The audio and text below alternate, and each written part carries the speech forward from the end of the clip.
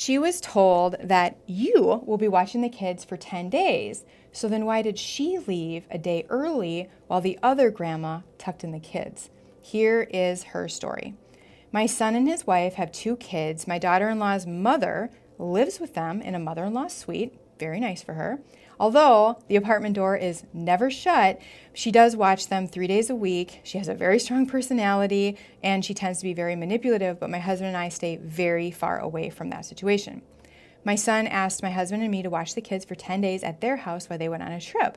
The other grandma was still going to be there, but we were under the impression that she was going to let us handle the kids. It started off okay, but then the other grandma needed to have her time with the kids.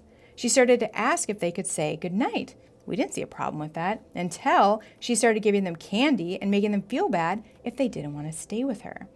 She would also say very demeaning things to me, so much so that I finally had to leave the kids with her and go home a day early because I just couldn't handle her any longer. We see her every time we try to visit my son.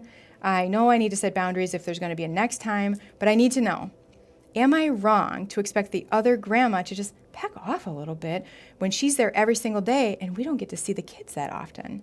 No, not at all. That's just common knowledge. Like if you're a grandparent, you live in close proximity of your grandkids, and other grandparents, the other set, have to travel in, you kind of fade away. You disappear. You allow the traveling grandparents to soak them up. No, everybody knows that. However, you would also expect, because she lives there and she has their door open, it's kind of like she just has a bedroom there.